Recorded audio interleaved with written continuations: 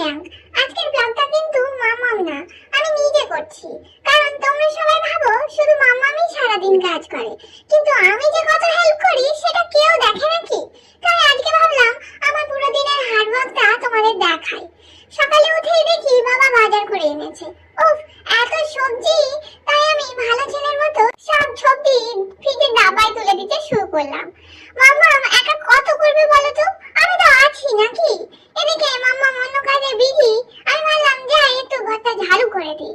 কিন্তু বাবারে বাবা, পুরো ঘরটা ঝাড়ু করতে এত কষ্টের কাজ, আমি তো অলমোস্ট চাকরি ছেড়েই দিচ্ছিলাম। কিন্তু সামহাও ঝাড়ুটা কমপ্লিট করেছি। Please clap for me guys. আরে দাঁড়াও দাঁড়াও, মামা তো সবজিগুলো তুলে নিল, নোংরাগুলো ফেলেই যায়নি। সব কাজ কি আমাকেই করতে হবে নাকি? ঠিক আছে, আমি তো ভদ্র ছেলে, আমি পরিষ্কার করে দিচ্ছি। তারপর ভাবলাম রান্নাটাও তাহলে করেই ফেলি। কিন্তু উফ, আগে তো কুকারটা ইন্ডাকশনের উপরে বসাতে হবে। ঠিক আছে, এবার সব সেট। একটু সুইচ টিপে দিই, না হলে তো রান্নাটাই হবে না। আজকে আমি স্পেশাল ডিশ রান্না করছি, হাওয়া হাওয়া কারি, হাওয়া হাওয়া ঝোল। খুব টেস্টি কিন্তু খুব হেলদি। শুধু হাওয়া খেতে হবে আর কিছু না। উফ, এত কাজ করার পরে আবার আমাকে অফিসের কাজও করতে হয়। বাবা ল্যাপটপে কাজ করছিল, আমি ভাবলাম একটু হেল্প করে দিই।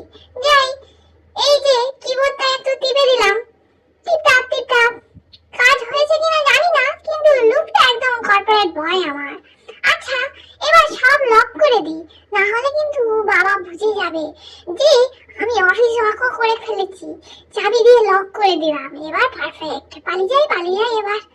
উফ, আজকে আমি এত কাজ করে ফেলেছি যে আমি পুরো টায়ার্ড হয়ে গেছি রে বাবা।